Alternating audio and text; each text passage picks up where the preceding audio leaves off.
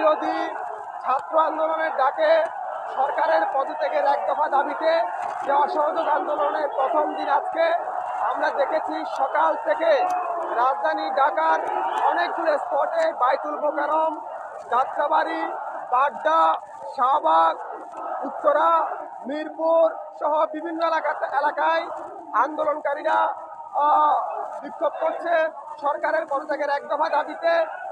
ঢাকা ছাড়াও চট্টগ্রাম, রাজশাহী বিভিন্ন জায়গাতে আজকে সারা বাংলাদেশে বিক্ষোভ হচ্ছে।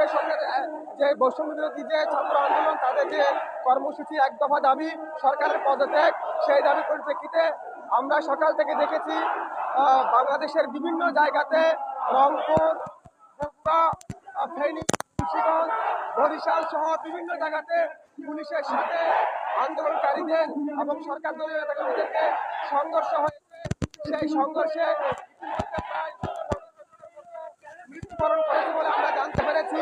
ঢাকা শহরেও বিভিন্ন জায়গাতে আন্দোলনকারীদের সাথে সরকারি দল, আওয়ামী লীগ এবং পুলিশের সাথে বিচ্ছিন্ন সংঘর্ষ